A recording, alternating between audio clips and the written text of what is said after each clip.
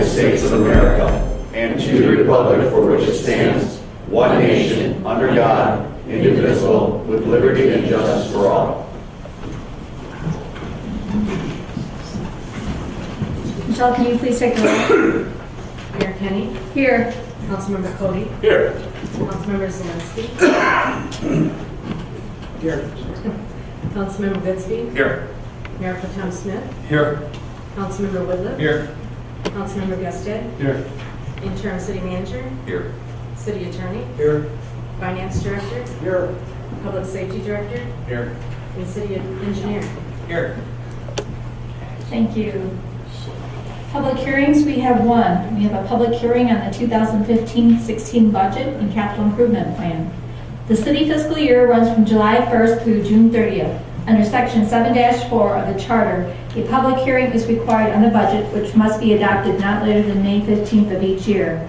A work session was held on Tuesday, April 14th, with an additional work session scheduled for this evening. An optional work session can be scheduled for Tuesday, April 28th.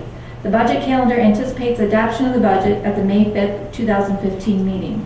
At this time, the public has an opportunity to comment on the 2015-16 budget and capital improvement plan. No action is anticipated at the conclusion of the public hearing. Is there anyone who would like to speak concerning the budget? Yes, sir. Please come forward, state your name and address.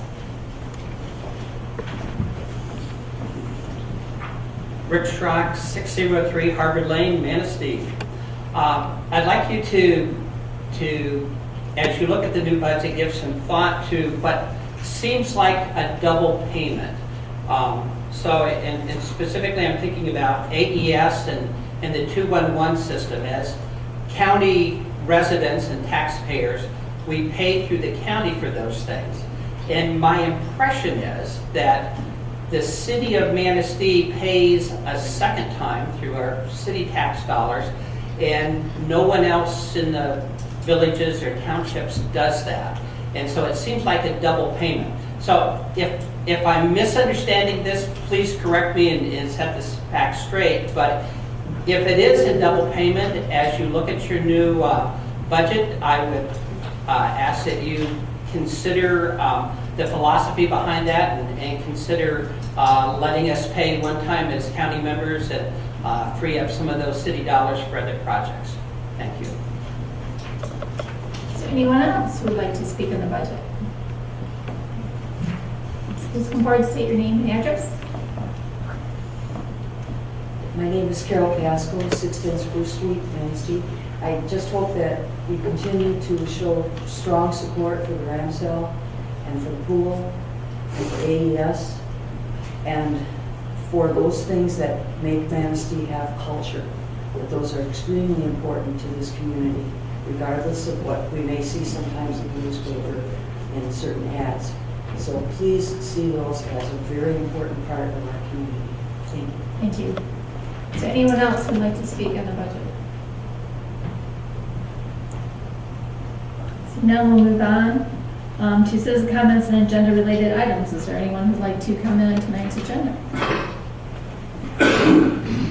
So now we'll move on. Oops, I'm sorry. This may not be the right time. I wish I brought my copy with me. Linda Beaton, 256 Hugh Street. I was looking through the check run that's attached to tonight's agenda, and I think it said Department 100. It was around $35,000. It said sewer and water next to it. I didn't know what it was for. It was approximately $35,000. So if you know what it is, I'm just curious what it is for.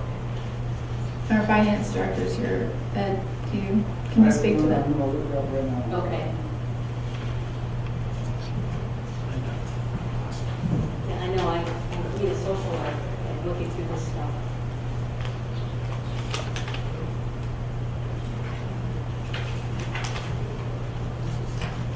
I can't locate it right now, but I'll get you. Okay. Thanks. Is there anyone else who'd like to comment? Seeing that, we'll move on to the consent agenda. All agenda items marked with an asterisk are on the consent agenda and considered by the city manager to be routine matters.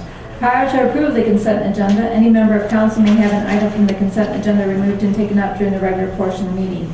Consent agenda items include approval of minutes, approval of payroll, monthly bills, notification regarding next work session, consideration of annual American Legion Auxiliary poppy sales, consideration of National Day of Prayer gathering at City Hall, and consideration of the annual Memorial Day parade and ceremony. Is there a motion? I'll make the motion that the council take action to approve the consent agenda as presented. I'll second it. I have a motion by Councilmember Cody, supported by Councilmember Goodspeed, to approve the consent agenda as presented. Is there any discussion? Seeing none, will you please take the roll? Councilmember Cody, Yes. Councilmember Zelinski, Yes. Councilmember Goodspeed, Yes. Mayor Pro Tem Smith, Yes. Councilmember Whitliff, Yes. Councilmember Gaston, Yes. and Mayor Henry. Yes. Motion approved. Thank you. Unfinished business, we have none. New business. Consideration of city manager search proposal. The city of Manistee is engaged in the process of recruiting a new city manager. There are 3 primary alternatives available to the city council in completing this process, including 1, managing the process utilizing in-house resources, 2, retaining the Michigan Municipal League to assist in the process, and 3, retaining a private professional executive recruitment firm.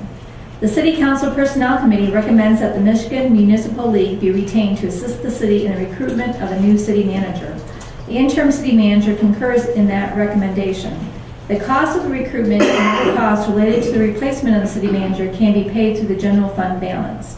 Ms. Kathy Grinsger, the lead executive recruiter for the league, will be in attendance at the council meeting, and she will make a brief presentation and be prepared to respond to questions from city council. At this time, council could take action to accept a proposal from the Michigan Municipal League not to exceed $15,000 to conduct an executive search. Is there a motion? I'll make that motion. I'll second. I have a motion by Councilmember Cody, support by Councilmember Goodspeed, to take action to accept the proposal from the MML League. Did you want to come forward and make your presentation? Hi. Thank you very much for inviting me. I was here early.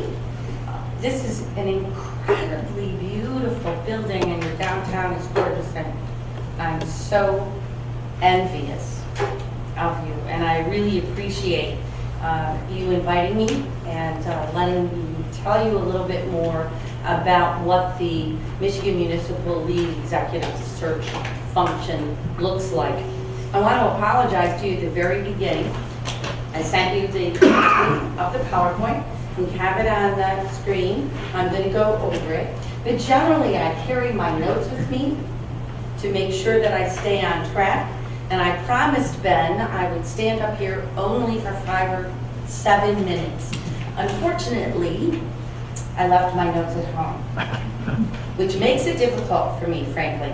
It's part of my personality to sometimes stay tidy. So if I start to wander, any of you can raise your hand or stomp your feet or hoot. And I will do my best to keep on track. Now, as you know, the Michigan Municipal League is a nonpartisan statewide association. We serve cities and villages. We were founded in 1899. We're one of the oldest and most highly recognized associations of our kind in the country.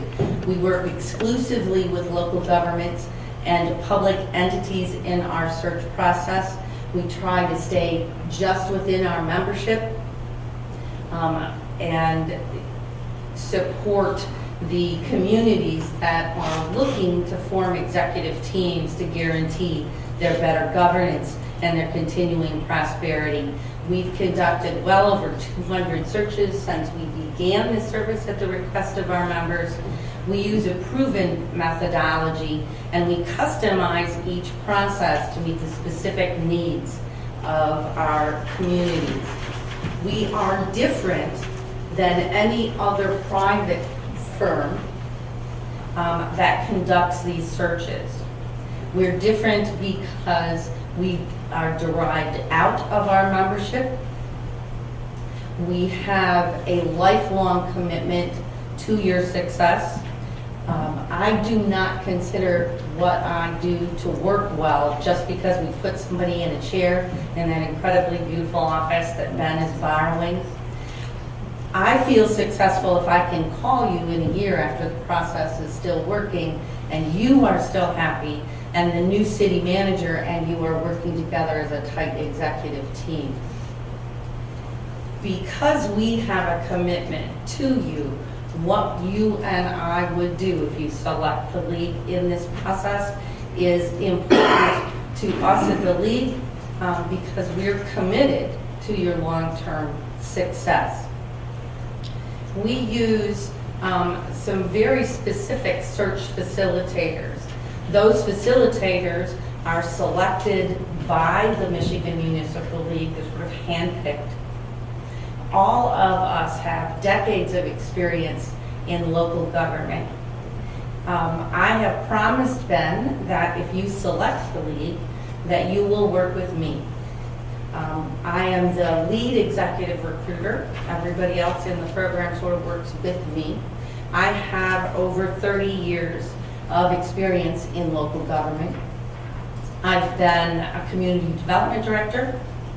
I have been an emergency management coordinator, a public information officer, a human resources director, a labor relations director, an assistant city manager, and for the last part of my career, I was the city manager in Mount Pleasant, which is just a couple of hours east of here, through some really beautiful forests. And some of the weirdest April weather in the history of the world. In the 2 hours that it took me to get here, it rained, it snowed, it sleeted, the sun came out, there were rainbows, and then it snowed and sleeted some more. Anyway, we generally attempt to assign our facilitators based on a good match with the community and your preference. Let me tell you a little bit about the process. The first thing I do when I come into a community to get ready to roll out a recruitment process is I meet with a certain number of employees and I meet with the council. In those meetings, I talk to or engage those folks in a discussion to create 3 very important profiles. We work with both the staff and the council because the manager has to work in both of those teams. The relationship between the manager and the council is sort of like a marriage. You get 70, 90% of a good day, you think you're doing well. But if the manager is not also supported by his team, his executive team, his or her team, and if he or she cannot fit into the culture of the organization, there is just as much a risk of failure if they don't fit with the council. We start by developing a profile of the community. We'll interview the staff, we'll interview the council, we'll collect some demographics. We want to make sure that we build a picture of Manistee and the culture and the traditions and the way you operate that is in line with the kind of person who can work and live here. We also will create a profile of the organizational culture, how the administrative team works together, how business is done, what kind of communication systems work. Is it a formal or an informal process? How is the bureaucracy set up? Because we want the manager and the administrative group and employees to be able to have similar expectations and ways of doing business. Third, we'll create a culture of the ideal candidate. That job belongs to the council. The council has sole responsibility for selection and therefore should have sole responsibility for building the kind of candidate you want me to recruit. We're going to look at 3 different variables when you build that ideal profile. First, I'm going to ask you about the knowledge you want that candidate to have. That's the kind of simple stuff that when most of us build job descriptions, we think of first. Bachelor's degree, master's degree, 5 years experience, 147 years of experience. those kinds of things that you have gathered and can put on the wall on a certificate. That's your knowledge. I'm going to also ask you to talk to me about the skill set you want this person to have. And it's generally important that I've already talked to your department heads to figure out what kind of knowledge base and expertise they have, so that the skills that you're looking for, we can merge into the skill set that already exists here. And finally, I'm going to ask you to describe the attributes that you want, the character that you're looking for in a city manager. And we're going to spend more time on this than you would otherwise expect. Because what we've learned over the years is that the success of an executive team, the city council and the manager, is as much about fit as it is about skill set. So I'm going to want you to be able to describe for me the kind of human being that you're looking for to sit in that chair. What kind of personality, what kind of communication style, what kind of sense of humor. An extrovert, an introvert, somebody that should be at their desk all day, somebody that should be walking down the street and knocking on businessman's doors. We're going to ask you to describe it. I'm going to take all of those profiles and build a recruitment campaign around that. The most important piece you will see in that recruitment campaign is a 4-color brochure. That brochure will accompany your ad. It'll go out in a number of different outreach options. With the contract that you're looking at with the league, that brochure will be advertised on the LNL website, which gets, we probably should flip a channel here. It'll get well over 4,000 hits a week. You will also be automatically, we'll run our recruitment campaign in the International City Manager Association website. Depending on the skill set you're looking for, we will also do some targeted recruitment in maybe the Michigan Finance Officers Association or the Certified Planners Association, depending on what you're looking for. We'll also use our social media outreach tools, our email blasts, and our direct mail campaign. That's one of the other things that sets us apart from other recruiters. We are the only people that have direct access to all the managers and assistant managers and finance directors who are looking at moving up in the state of Michigan on our social media network.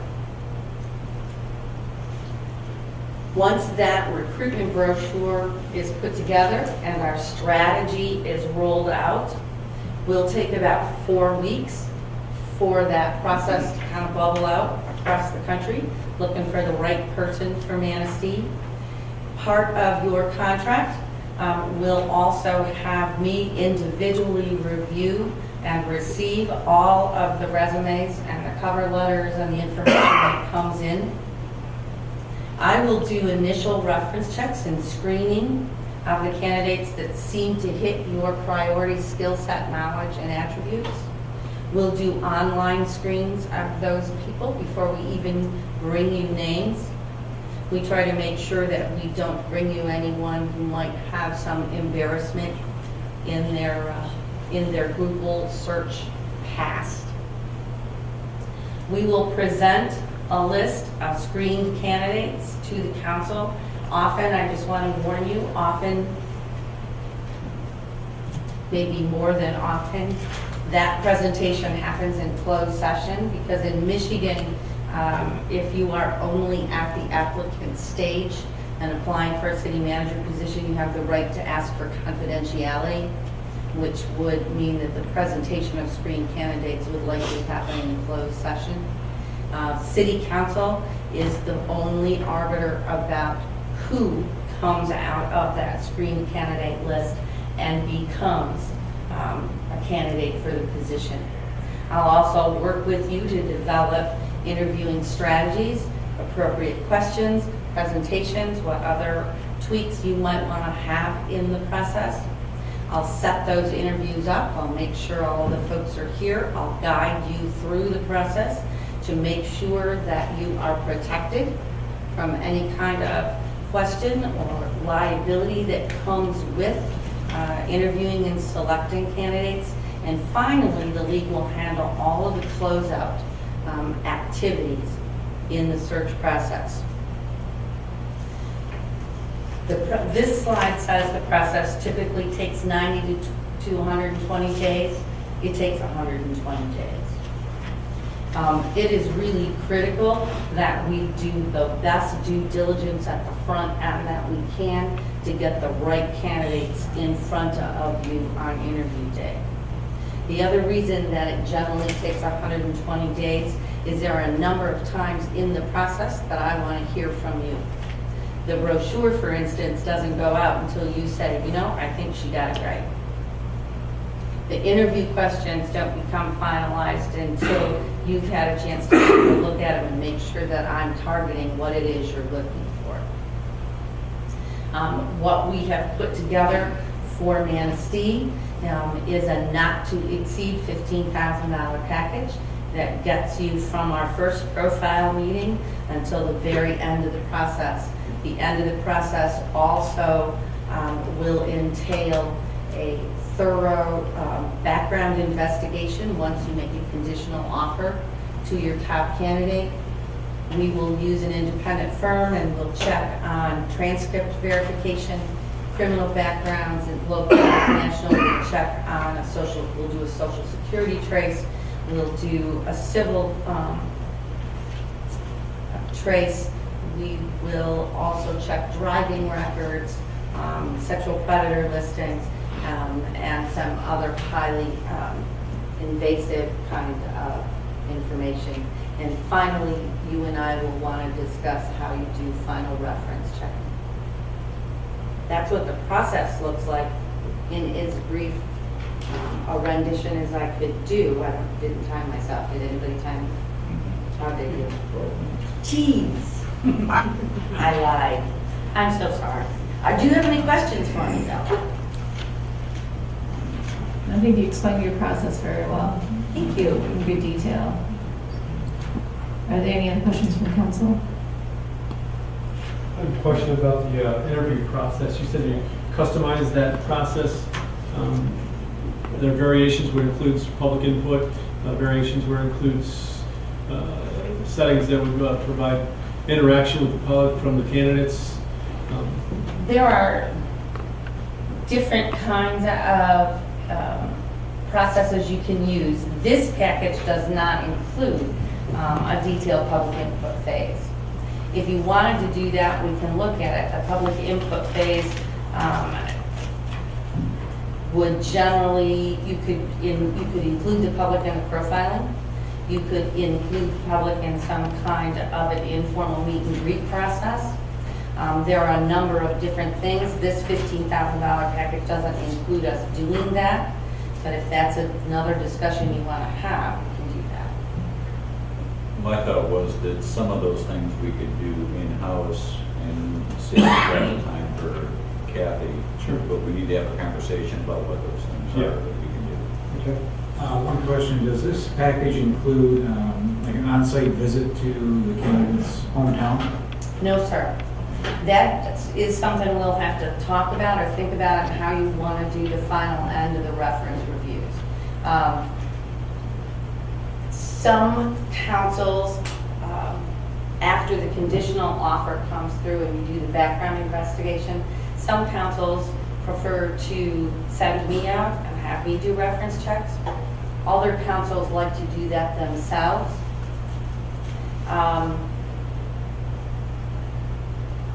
As a former city manager, I would always suggest that council takes some involvement in that process, but it is something you want to talk about. If, for instance, your number one candidate is in Florida,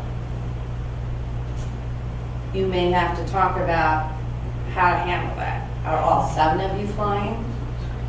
Maybe if it's in Orlando, it might make a lot of sense. So the site, if you think you want to do a site visit, we don't include that in the package because there are just too many variables on determining how that works. Thank you.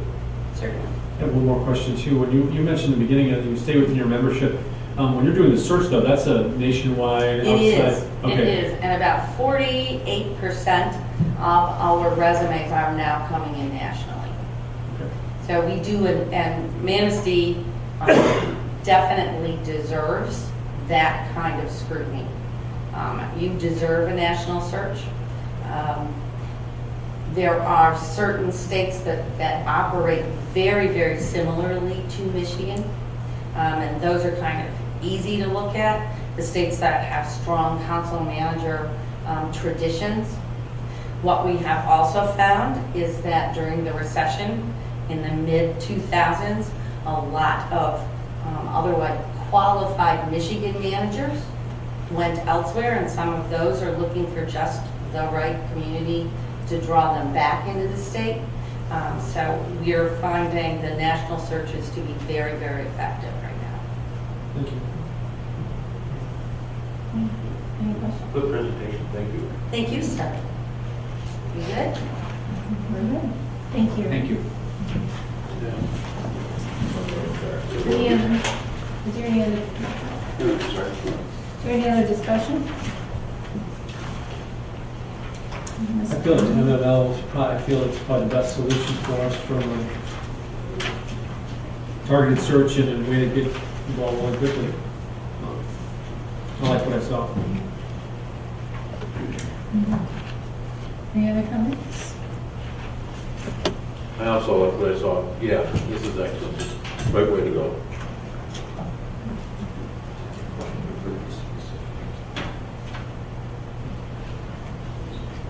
Do we need Yeah.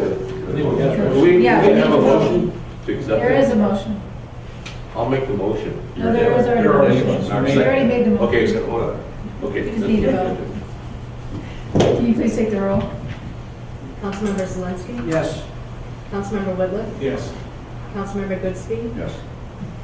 Councilmember Cody. Yes. Mayor Pro Tem Smith. Yes. Councilmember Gustin. Yes. And Mayor Kenny. Yes. Motion approved. Thank you. Next, we'll move on to notices, communication, and announcements. At this time, this is an opportunity for citizens to comment on municipal services, activities, or areas of city involvement. Citizens attendant shall be recognized by the mayor for comments, which are limited to 5 minutes. Letters submitted to council will not be publicly read. Is there anyone who'd like to comment? Yes, please come forward and state your name. Hello, Council. I'm Paul Glasser from Manistee, 253 5th Street. I just want to comment on the process of getting a building permit. It sucks. It used to be $75 in the city, in the state, now it's $174. Thank you very much. And to get it, it's just too much trouble. Is this going to be a city or is this going to be a village? Thank you.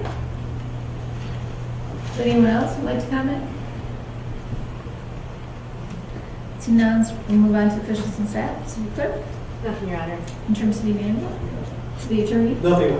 finance director, Nothing, Your Honor. public safety director, Nothing, Your Honor. city engineer, Nothing, Your Honor. councilmember Cody, Nothing, Your Honor. councilmember Zelensky, Nothing, Your Honor. Thank you. councilmember Bitsby, Mayor Pro Tem Smith, councilmember Whitlow, Nothing, Your Honor. councilmember Gustin. Just one thing, the chamber is sponsoring another legislative visit from Senator Boer. It's going to happen on Monday, the 27th, for our next meeting, and it'll be from 3:30 to 5 at Hardy Hall. They'll be talking about Proposition 1 and again the impacts it could have for communities. So, welcome you to invite, open to the public. I have nothing, so I'll take a motion to adjourn and start. Motion by Councilmember Cody, supported by Councilmember Goodspeed to adjourn the meeting and move on to our budget work session.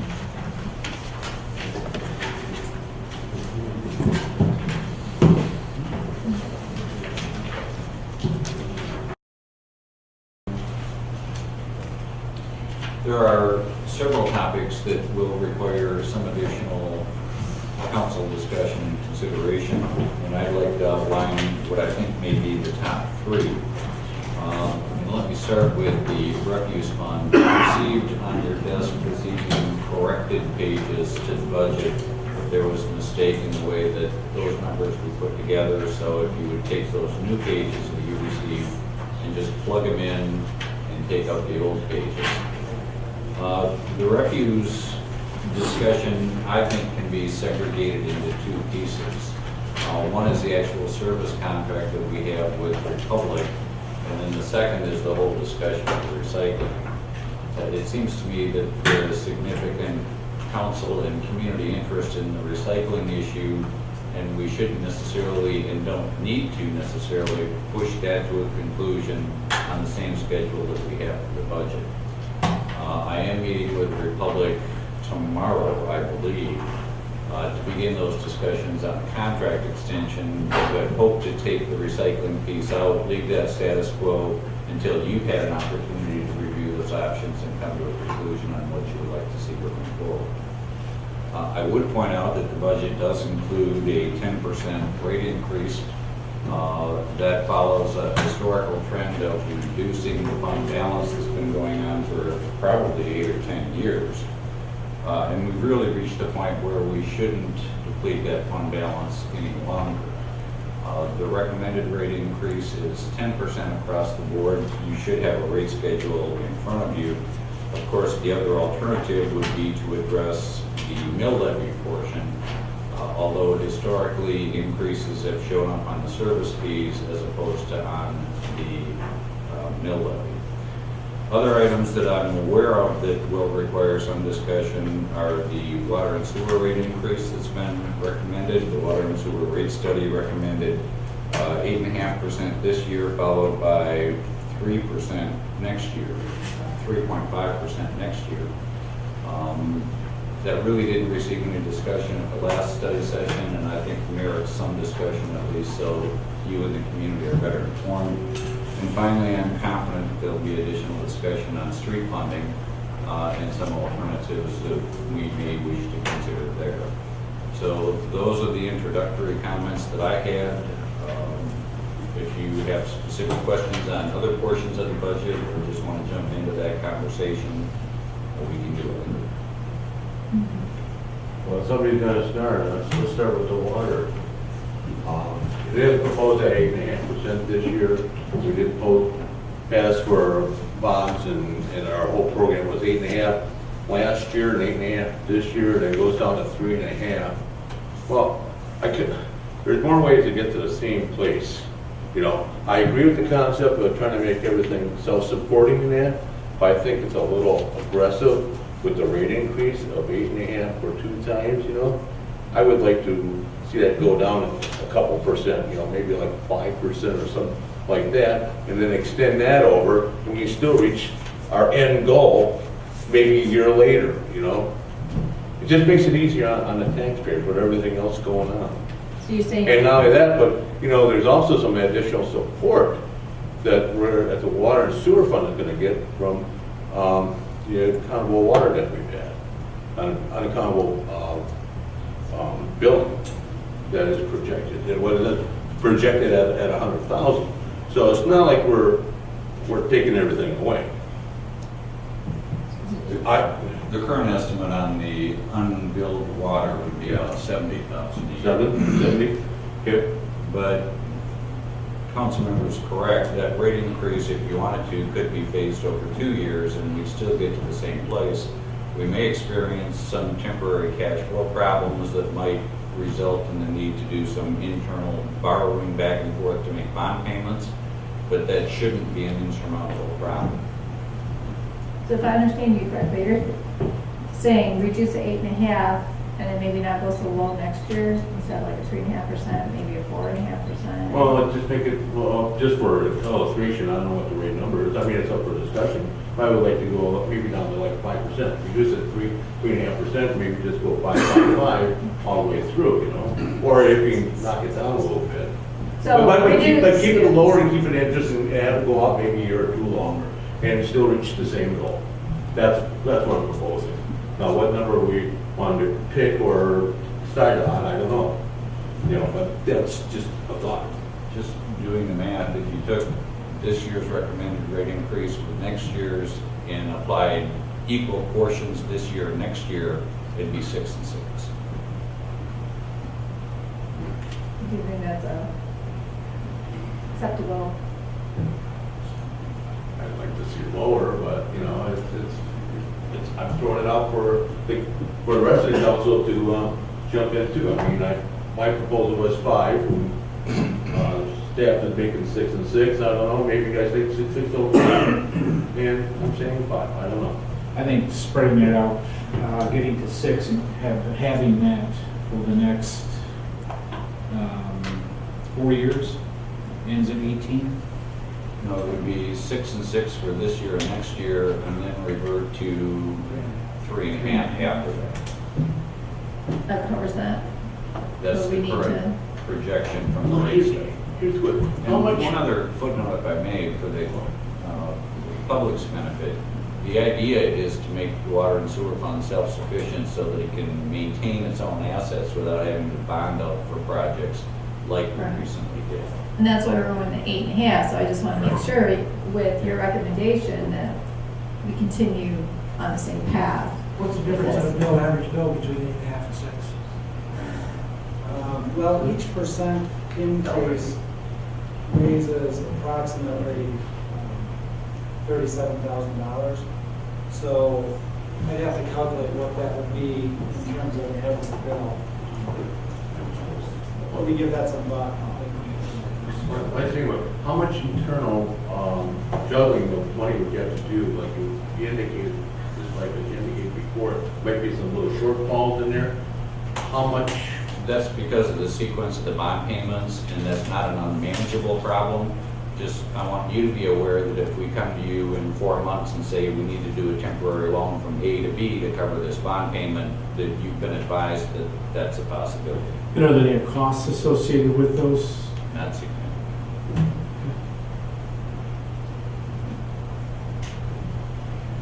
As long as we maintain, in the long run, that we're getting to cover the intention of these rates, I have no issue with. Well, I totally agree with what the water department we're trying to do here. I just wanted to slow it up a little bit. Right. I think it's kind of aggressive on our customers, you know? Mm-hmm. And I think everybody agrees with what we're doing, you know? But just make it last a year or two longer, and we'll get there in the same place, that's all. Just make it easier on everybody. And you said 37,000 for the 10%? Roughly, yes. So we'd lose about $90,000 at Yeah, 6%? 93 if you took 2.5%. Okay. I believe the rate increase was 8.5, 8.5, and then 3.5 for the following 3 years. As far as the projection. Okay. So we would make all but 20,000 of that up with the unbilled. So that's about 70. Yeah, and my 70,000 estimate, they're still not done with the full audit, but I did put some factors in there for potential reduction and some other items as we're going through this. So I think that's a fair number. The other thing to be aware of is that there are some fairly significant expenses associated with the run water notice that are going to adversely affect the water and sewer fund balances as well.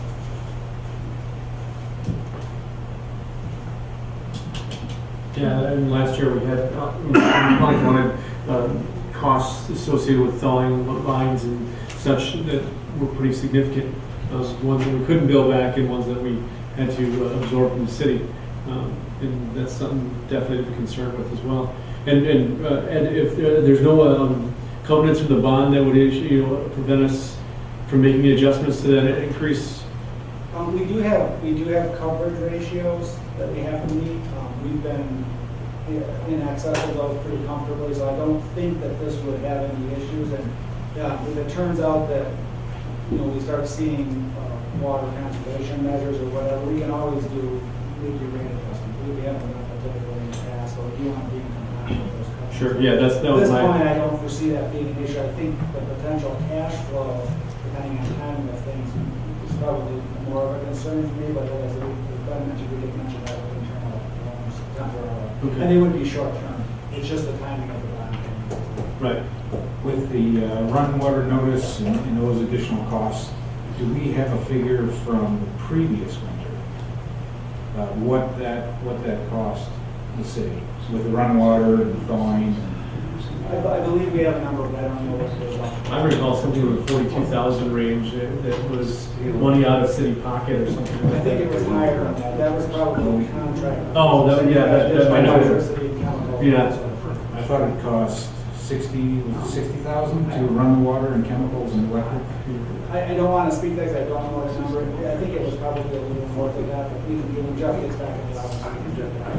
It's probably going to be a little bit higher this year because we'll have more contractor fees and maybe a little bit less electricity, a little bit comparable, possibly a little bit higher, but we're still sorting those numbers out. When could we get the cost from this winter? I need to get with Jeff when he gets back from vacation. I think we've got almost all the contractor bills in.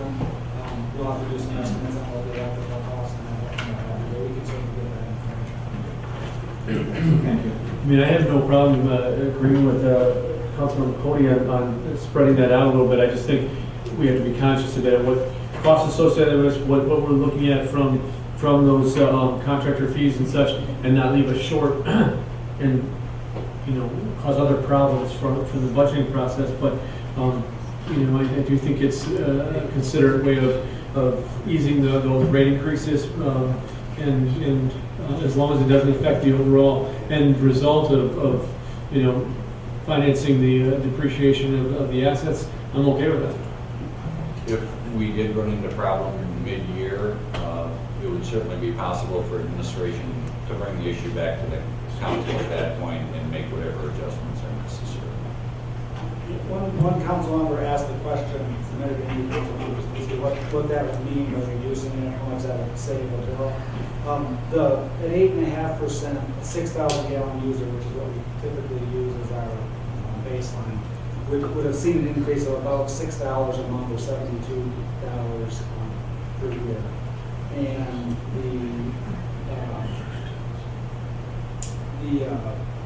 reducing that would cut that bill down by about $21. On page 40, on page 84, you say it's $316 a month. That's what it would increase, about $37.92 a year. That was for the budgeted rate structure in 2015. That was Of 8.5. Well, as you'll recall last year, because we changed the rate structure, the impact on a 6,000 gallon user was less than 8.5%. It was actually only about 4.7%. For the 6,000 gallon users, the lower volume users had a proportionally higher percentage increase because we moved money into the rate of surcharges. Which page are you looking at? Councilman? 84. For the 15-16 budget, it says, Last paragraph. last paragraph, very last sentence. Yeah, and you know what, I think that's a typo as well. That's the $3.16 per month is what a 6,000 gallon user would have had last year in terms of that. Because that's calculated when you redo the rate structure with the rate of surcharge, it didn't have the full 8.5% impact on a 6,000 gallon user.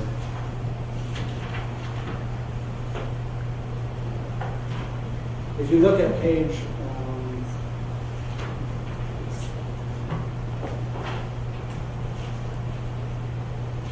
if you look at page 149,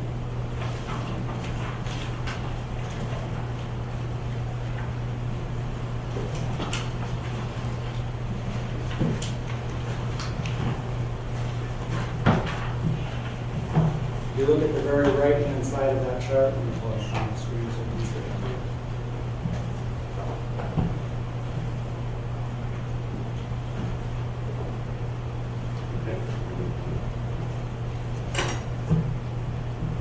So the new rate structure that was implemented in 2015, the column that's second to the left here, shows a $3.16 increase. And before those 6,000 gallon users, that was only a 4.7% increase. Now that everybody is on the new rate structure, the budget for 2016 shows this, $5.99, which is an 8.5%. So that's $6 per month equates to $72 per year, but if you reduce that down, that 2.5%, that would shave $21.12 per year off of that. And the increase per month would be $4.23 instead of $5.99.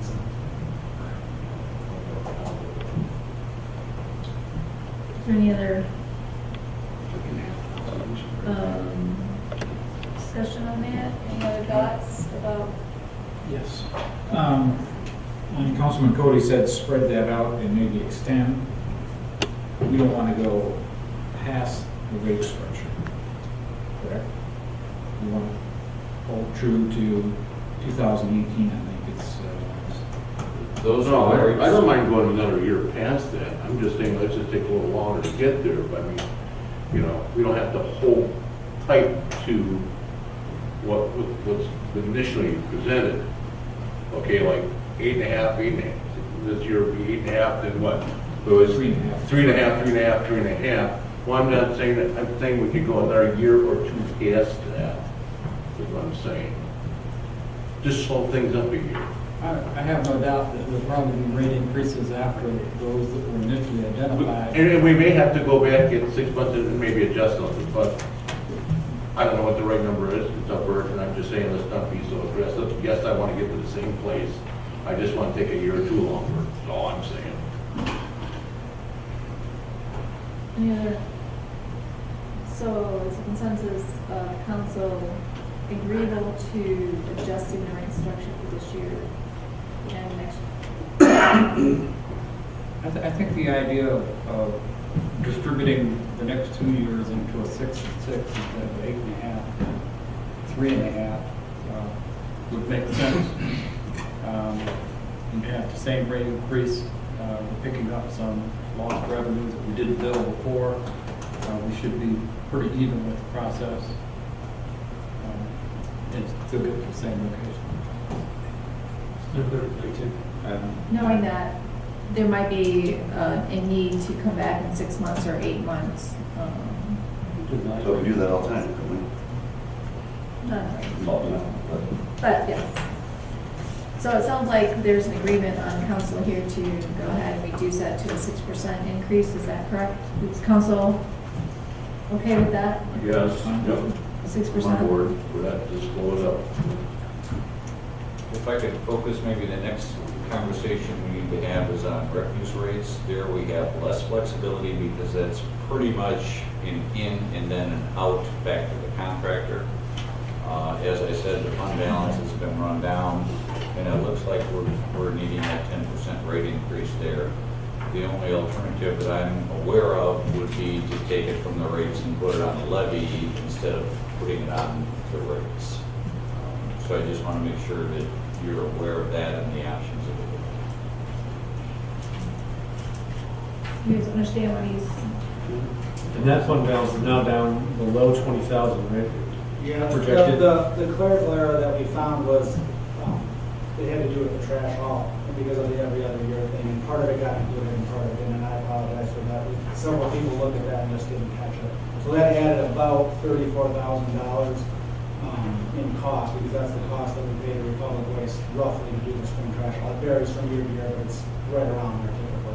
And so that brings that fund balance down on those revised sheets that we provided to about $21,000, which is just under 5% in fund balance, which is my threshold for comfort in terms of where that should be for a fund like that. I mean, schools typically operate like that, and you see some of the problems they have sometimes, so, but we can manage it. Well, that's assuming no rate increases from Republic and we decide what we're doing, recycling and trash haul, right?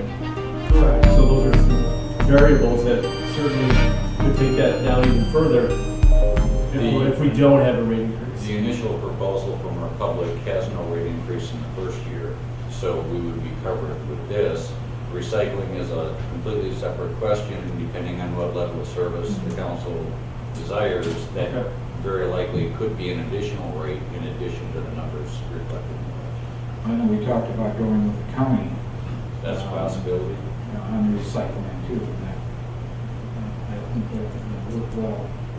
but historically, those numbers, it would cost higher than if we did not go. So I think we have to relook, see if those numbers are still the same, because it was a higher cost for our city residents to go with the county.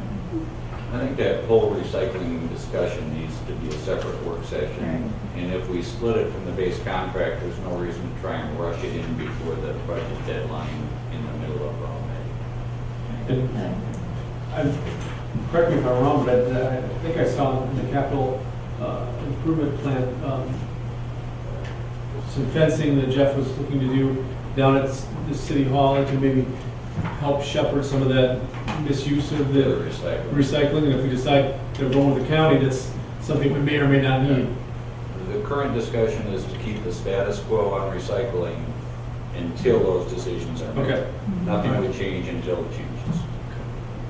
Ed, you mentioned the spring trash haul. The cost was $34,000 to, recall it?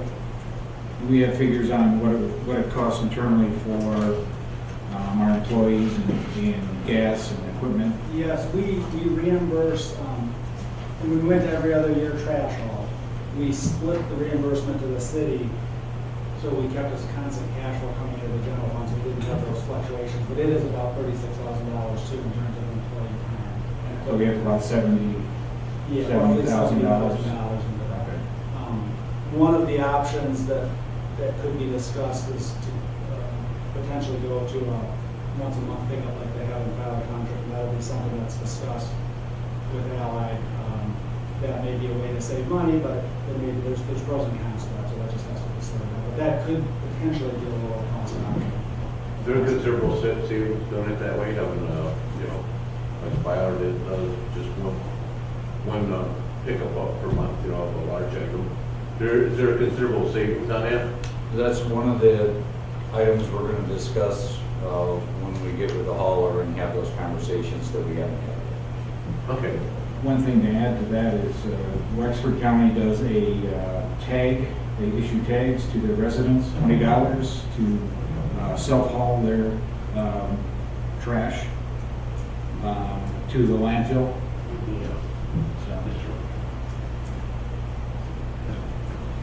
That's interesting. You want something picked up, you buy a tag, $3 and they haul it away. $20 tag. No, he just said you haul it yourself. You would haul. Oh, you would? You would haul, yes. But again, those are part of the recycling, the contracts that you're gonna have, Sure. and you can explore all those type of. And then the rates for refuse is considerably less than what we have for water and sewer, so the 10% hike there is not as much of an impact. I find it interesting when I emailed you earlier concerning the millage and concerns I had from citizens about continuing with the millage, how much the millage contributes to the overall fund for refuse collection. I believe it was 55% rate and 45% from the millage, and it would almost require a doubling in rates to offset the millage. Are there any other questions or concerns or anything that you would like On this subject, no. brought up or asked in the discussions with the public? Okay.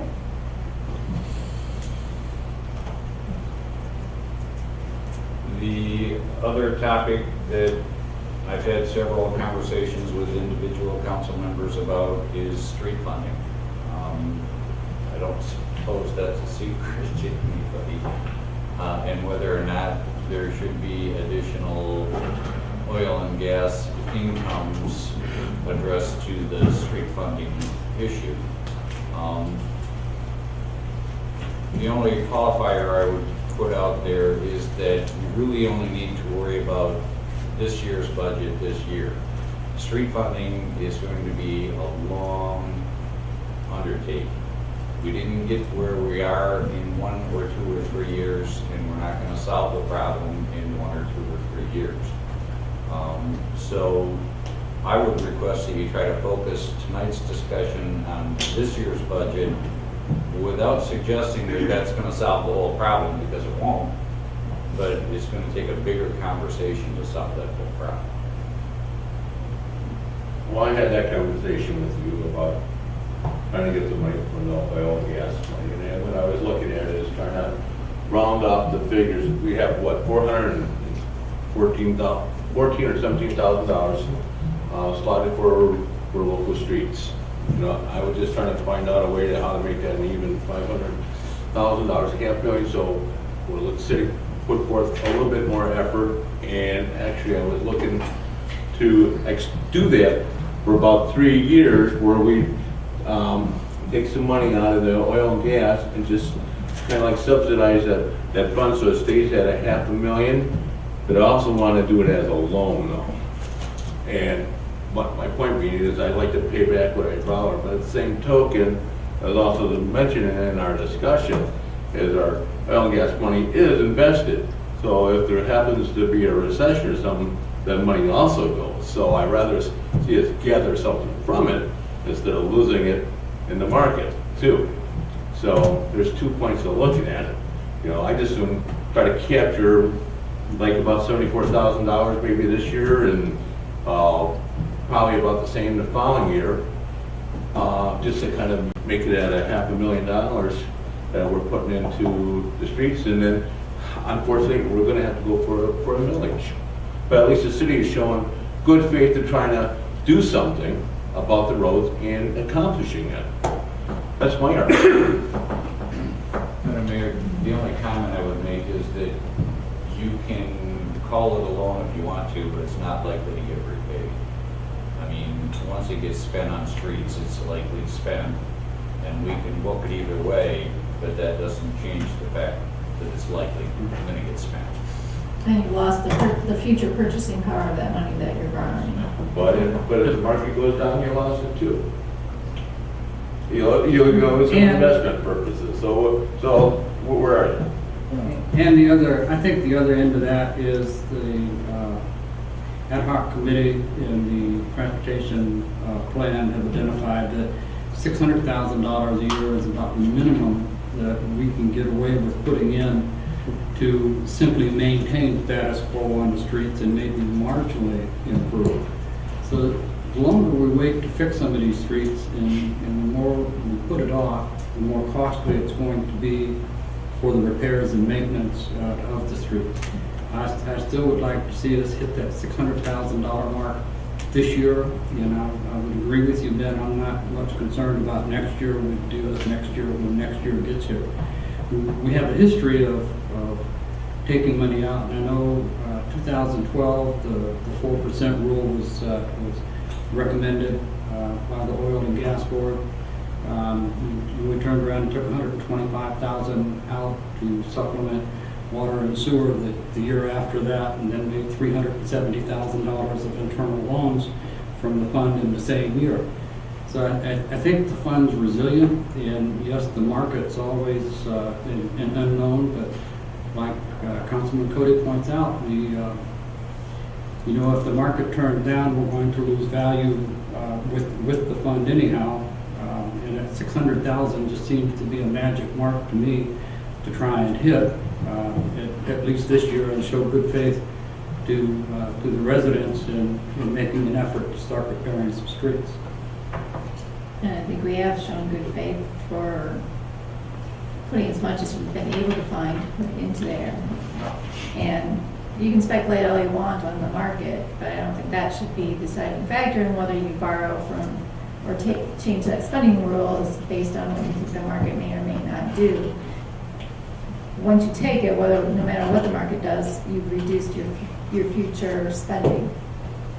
And if you continue want to use that fund to help supplement the roads, the more you have in there, the possibility of building that and having more available in the future to put towards road is greater. If you start taking money from that now, you're reducing your future purchasing power.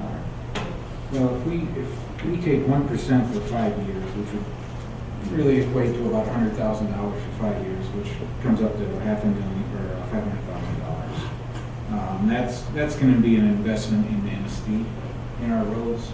It's just like investing in the stocks and bonds, but I think it's going to get a bigger return in our streets, in our infrastructure. So your streets are always depreciating, so you're reducing your future purchasing power and something that's appreciating over time. It's a continuous thing that we need to find funding for. I realize. And I don't agree with reducing our future purchasing power on that for something like that. Or we're gonna be getting funds back on investments on that oil and gas fund. But if we But take not- out 1%, to go to the streets. The only additional information point I would make is that many of the local streets, excuse me, have deteriorated as far as they can. So waiting a year or 2 or 3 to repair them doesn't really add to our depreciation cost because they're already pretty much zeroed out and require full reconstruction anyway. So if there's good news and the bad news, that would be it, I guess. There's $3 million in the unrestricted part of that fund, isn't there? Ballpark correct, yes.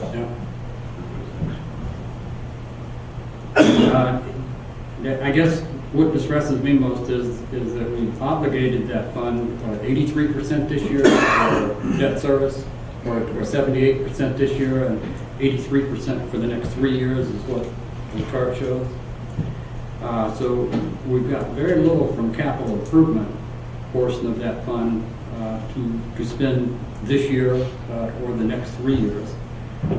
And some of the debt that's on there that we've incurred 13 years and 15 years down the road. So it's going to be quite a while before we're able to draw anything capital improvement wise to put in to our infrastructure into the streets. And there doesn't appear to be much other options, alternatives to get the money. We've got the municipal marina note on there, we've got the Ramsdale roof note, and what are we in year 4 or 5 of that now? Well, it expires in fiscal year 2019, 2020. So, But the heating and cooling system doesn't expire for, what, another 13, 14 years? and it goes out to 2030, 2031. No, 2029, 2030. But Councilman Smith, I think there's 103 years, there's the water and sewer on that stuff that will relinquish about 160,000, I think. So I mean, that's some money that's. But water and sewer is a separate Yeah, fund. Yeah, but it's a struggling problem of trying to create some money for the streets. And yes, it's gonna be a long term, but we gotta come up with something, but we also have to show some good faith though, too. In the And we have meantime, to look at how much you know. we've come up with for this year. With the exception of the First Street bond that's shown on here right now, everything else has been added from the capital improvement obligation since 2012. So, a lot of those are going to be long running. I just feel we're going to have to do something to put some money into our street plan, and I hate to do it at anything less than the level that's going to allow us to maintain, at least maintain where we're at and show some marginal improvement.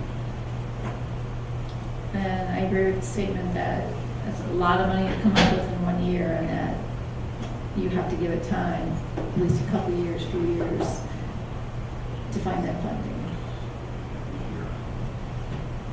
I agree. I don't agree with taking in being the solution to our street fund to deplete our gas and oil fund. That just, it doesn't seem like it's not a sustainable measure for funding that. And the more we deplete that, the less less effective it is for capital investments in the future. What is the magic number we look for in that investment? Is there a number we're looking for in that investment? Gas and oil? $1 million, $10 million? I don't think there's a magic number. The goal is set up in the spending rule and investment policy is to basically preserve the purchasing power of the funds, which means you have to have a rate of return that funds your spending rule plus inflation. And so that's primarily what the target and what the focus of the goal is. And if you can get more than that, then that fund grows and increases the purchasing power more. And you're saying that's where we're at today? what I'm suggesting is, and what the investment advisors have said, is that the combination of our asset allocation, so the expected returns that we can anticipate from this portfolio in the years ahead, is pretty much balanced with the amount that we're withdrawing every year to preserve that purchasing policy. But that's not an exact science.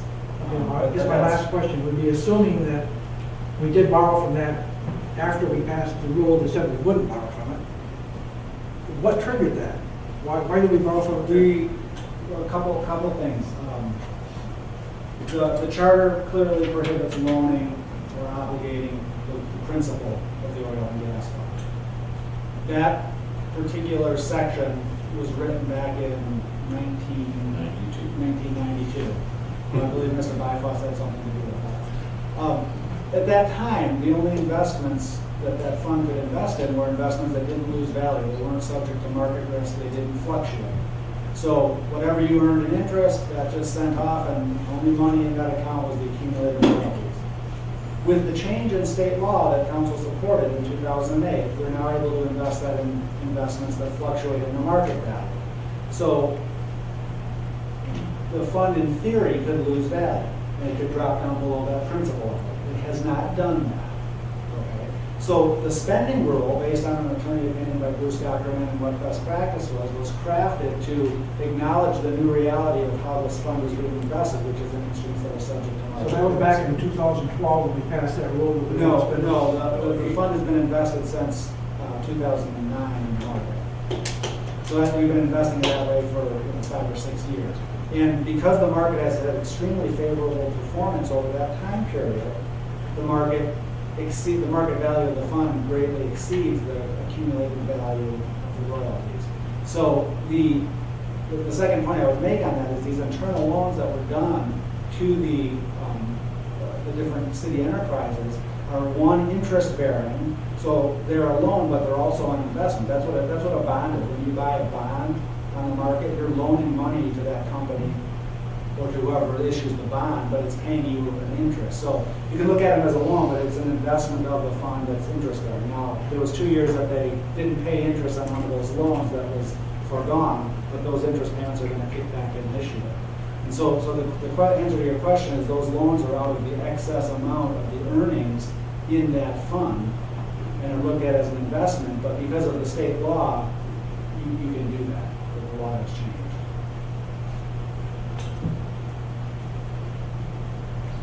Does that answer your question? I think about it for a minute. Okay. There's over $10 million total in the fund, is there not? Correct.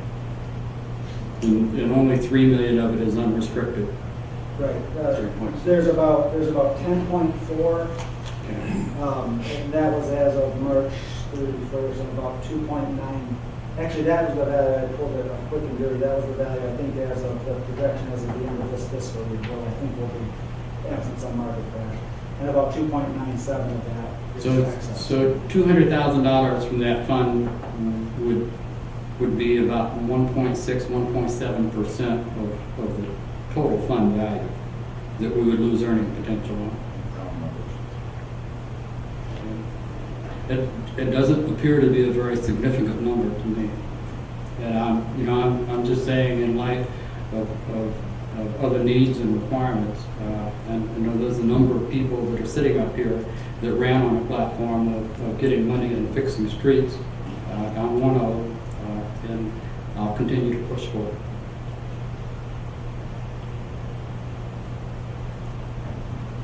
From our perspective, we'll do as directed by the majority of the council. I believe we need to protect that. I understand you're concerned to fix roads. I don't think that we can just fix roads overnight, come up with over $500,000.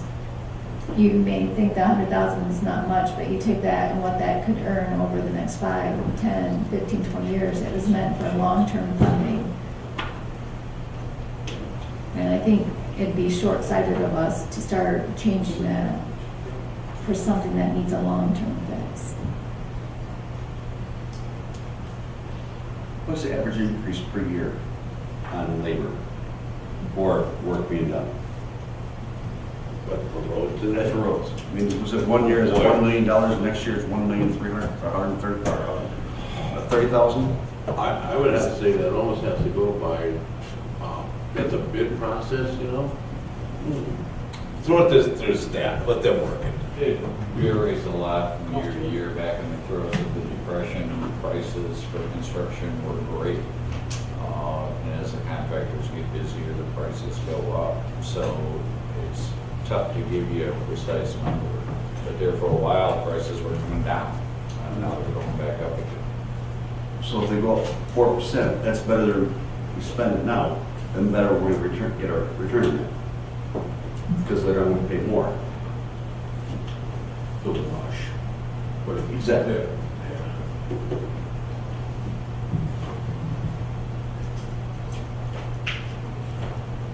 I'm concerned that we'll further obligate what we have in the capital improvement fund in long-term loans and never get to the point where anyone feels a sense of need to put some of this money into the infrastructure. And again, as Councilman Zelinski pointed out, what's our goal? And I know I related that to you. Is it 10 million, 15 million? When will we have enough to start spending some of this money that's unrestricted to improve our community? And again, there's no magic number that's the target. The target is to have a sustainable income stream of 4% of the balance of the fund, whatever that number is. But at the end of the day, it is going to come down to what the council decides, whether you or some future council decide to obligate those funds for project A, B, and C, or for streets, is at the discretion of the council.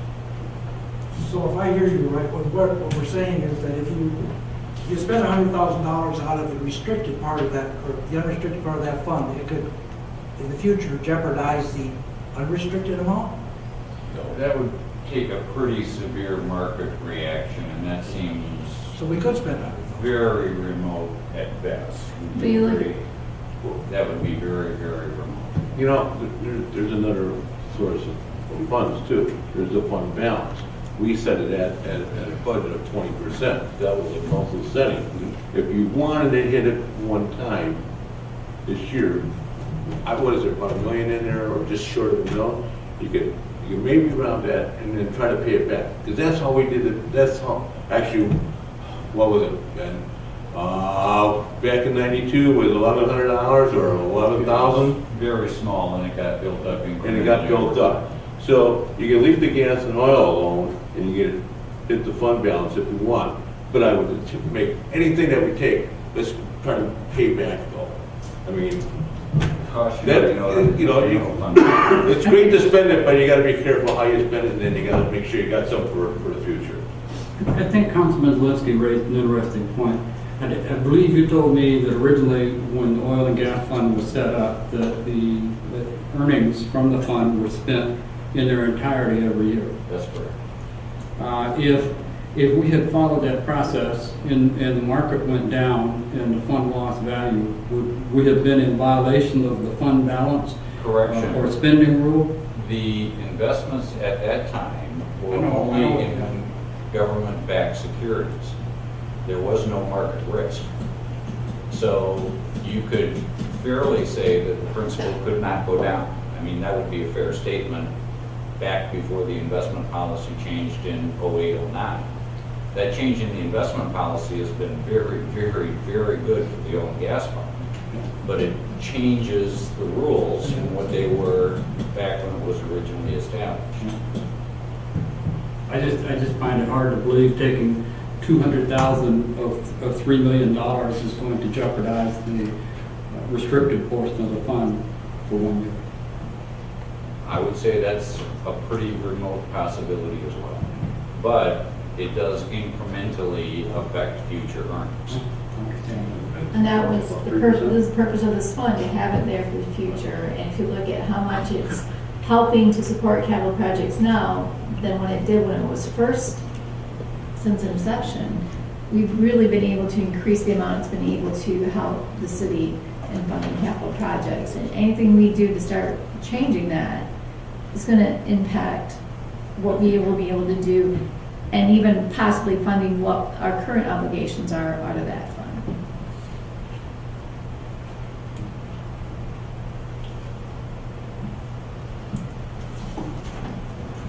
I strongly, strongly believe that we do not mess or change the spending rule of oil and gas. Why not?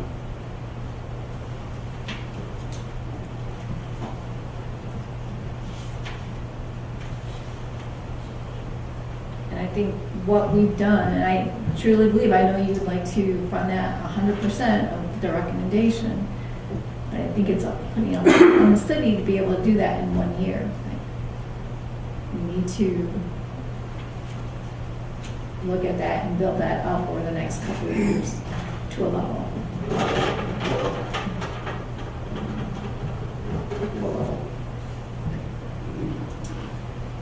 What level do you want it to go to? He wants to fund it 600,000 streets, and we have like 417. Or 17. So we need 86. No, 100. It all depends where you're going. I proposed 500,000, you want 600,000 there, so there's two ideas on the floor, but naturally I'll yield to the 600. To make it float, to make it, fly one time. I just think we gotta start putting forth, I think there's gotta be a lesson here, that we gotta start looking at roads much more seriously and say, we're gonna do it in the future, we're gonna do it in the future, we're gonna save this money, and I tell you what, all the money goes anyways. It comes to a point where you gotta start doing something. And somehow you gotta start paying the fiddler to drive down the road. And I think we have, if you look at what we've set aside in the budget, we're making roads to get there, but to try and get 600,000 out of, in 1 year, are we gonna be shooting ourselves in the foot in the long run? The hurdle as big as you wanna make it. That's the way you gotta look at it.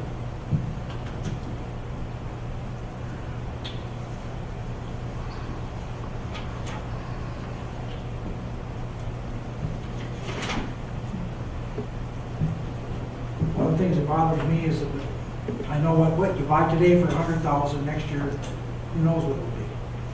It may go up considerably, so are we ever gonna get to the point where it's feasible to take money out of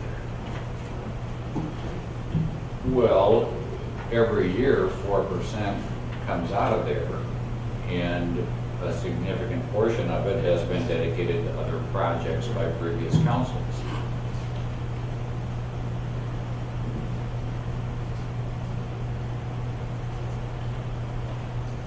Because first of all, it's, what is an acceptable level for spending for this year for the roads? Currently at 417, it's been mentioned 500, it's been mentioned 600. Again, I think that's a fair question. If the council wants to stay with 417, or go to 500,000, or go to 600,000, I think that's the discussion we're having now. 600 is the number quoted in the document. It's the minimum that needs to be put in just to maintain the current condition of roads and possibly marginally improve something. I find that a magic number. The plan as it is right now is only a 2-year plan for street funding anyhow. Local streets this year, major streets next year. Certainly there's going to have to be some work done beyond today and beyond this budget to find some resources to fix streets. But I would go along with what Councilman Cody said. We got to start sometime. And I think now's the time to start. And we have, and the one thing we haven't discussed that could help get us there is the millage, but nobody we wanted to show that the city council, in good faith effort, is looking at the budget and looking to find money, and we have. We're at 417. And I think everybody, even the committee, agreed that there was going to have to be some kind of millage to help a long-term funding for the roads. And they wanted to see good faith by council to also come up with some money. And I think that the budget shows that as well. Because we, as a city, is not going to be able to maintain that 600,000. You can keep taking it from the oil and gas fund and keep taking it, but we're just gonna start taking it to a point where it's not even gonna be able to fund the projects that we need it to fund. So we do need to come up with other sources. This budget has found some other sources. We're 417. We're very close to that 600,000.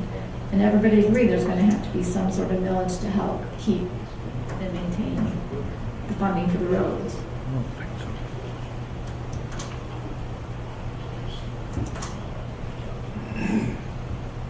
Now, the ad hoc street committee suggested a 1 mil increase. That was at the end, yeah. We didn't think nobody would support it too, we were hoping for a 1. And it looks 4.5% from the gas and oil fund too. So,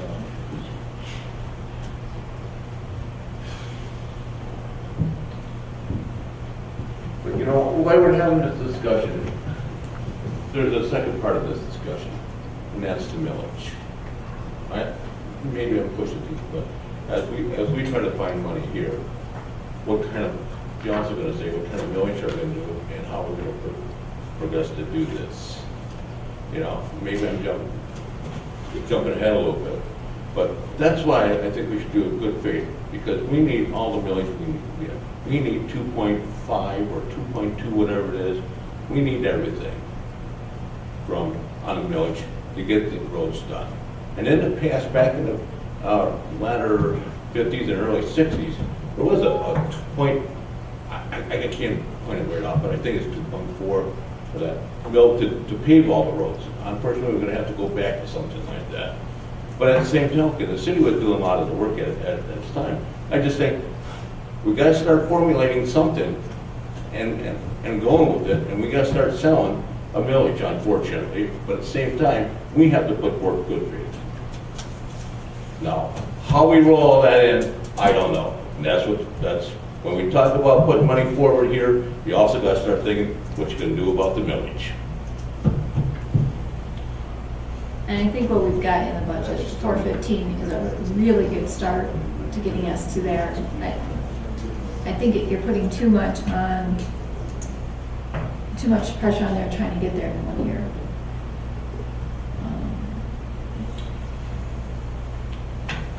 We do need to get there, I don't disagree with that.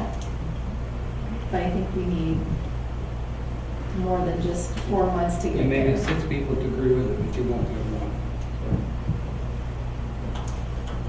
417 is 2/3 of where we need to be.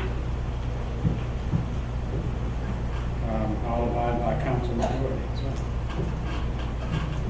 And that's where we need to start first. Where do we want that spending level to be? Which will dictate how we're gonna get there. We have a balanced budget right now, so anything that we do major is gonna impact other areas of the city. My sense is that sometimes it just comes down to a vote. And that's not a consensus building kind of approach, but it gets you an answer. And you could do that tonight, you could do that in a week, you could do that on the night the budget's up for adoption. But my sense from the discussion is that's what it's going to come down to sooner or later. Agreed.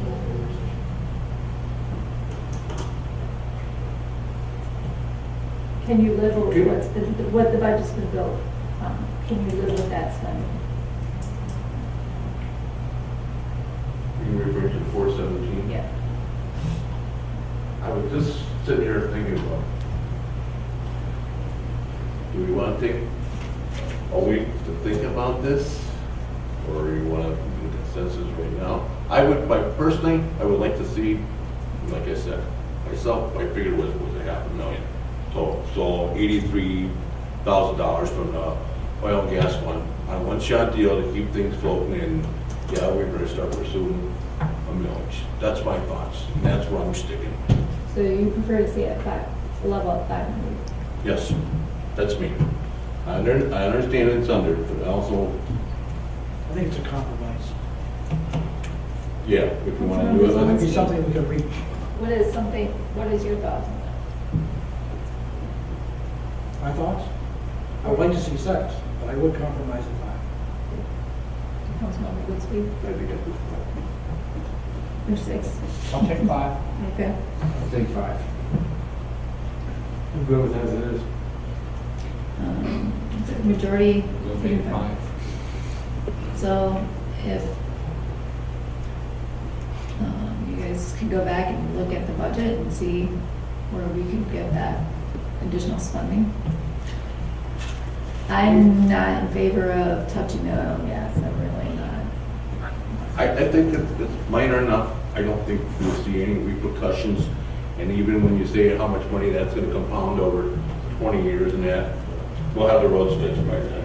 I don't see a real hardship here on a one-time case.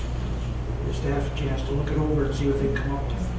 What we'll come up with is 83 out of the oil and gas. Okay.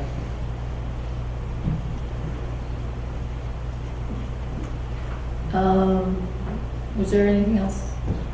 Those were the big topics I had on my list from earlier conversations. I was wondering how we came up with funding the other half of a full-time employee. Partially delaying the hiring, and subsequent to the promotions in the police department, we've been able to better tighten up the salary and benefit calculations, and that accounts for about half of the difference, and the rest of it is basically through a delayed hiring. Okay. Any other questions? Anything else in the budget related you'd like to talk about? I only have one more than I'm done totally. I just got Fifth Avenue Beach. If we could sneak out a couple of hours more for Fifth Avenue Beach, I would To do like what? that.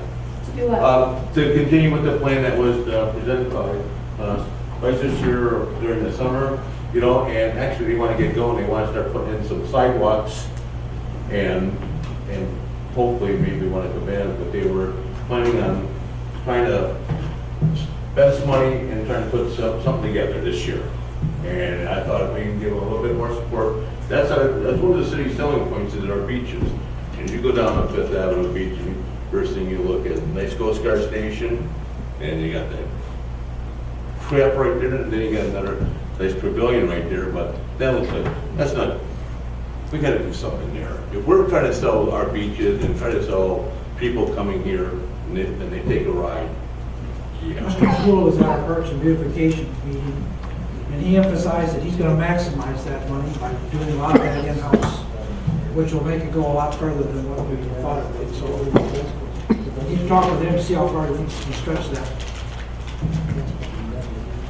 Mr. Bradford just reminded me that we do have $25,000 in the budget for a park monitoring for the fire department, but that's also the subject of grant application. So if those grant funds are received, that additional 25 could go toward either the streets or a project like that. There were 2 separate grants that were applied for, weren't there? Were both of those included in the budget? The other grant was for paramedic training, and if that's not received, that's intended to be absorbed by the general fund.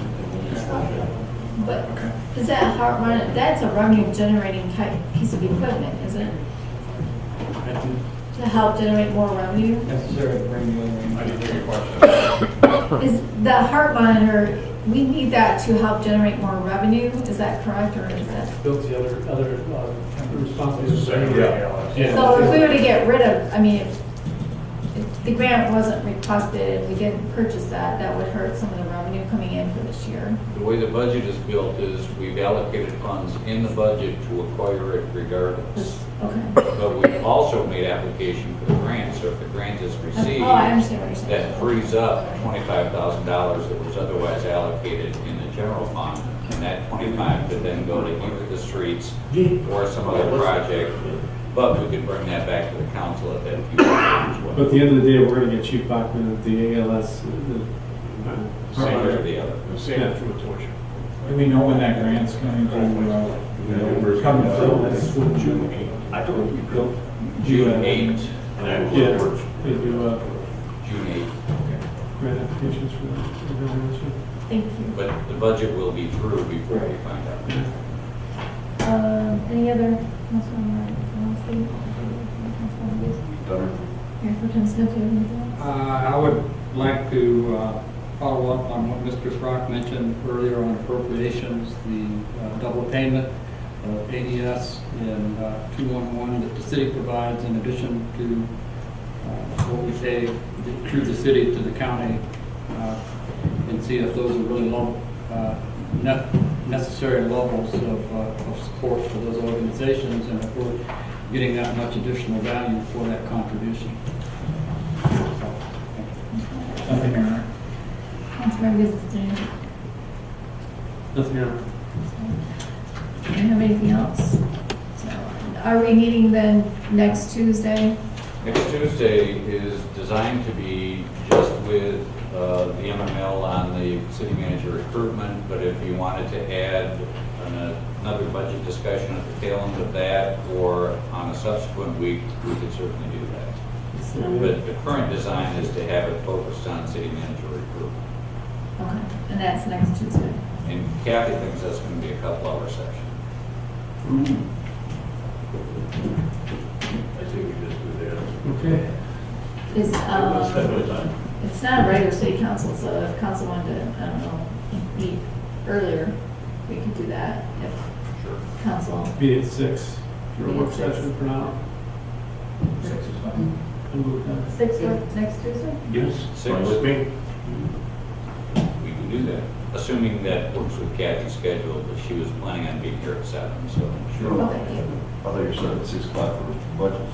Yeah, 6 to 7 for budget. 6 to 7 for budget, And and then 7 beyond with Kathy. So you guys want an additional budget session? I was not proposing that, but is that what council wanted? I thought that was. I thought we were just moving the meeting up from, if it's gonna be a couple hours, 6 to 8 versus 7 to 9. Oh, I get you. But if you guys want to discuss the budget, I wouldn't want to precede the session with her with budget discussions.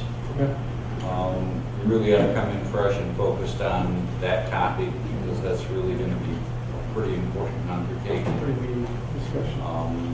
But if you want to pick some other night for another budget work session, or we can think about after the regular meeting the following Tuesday.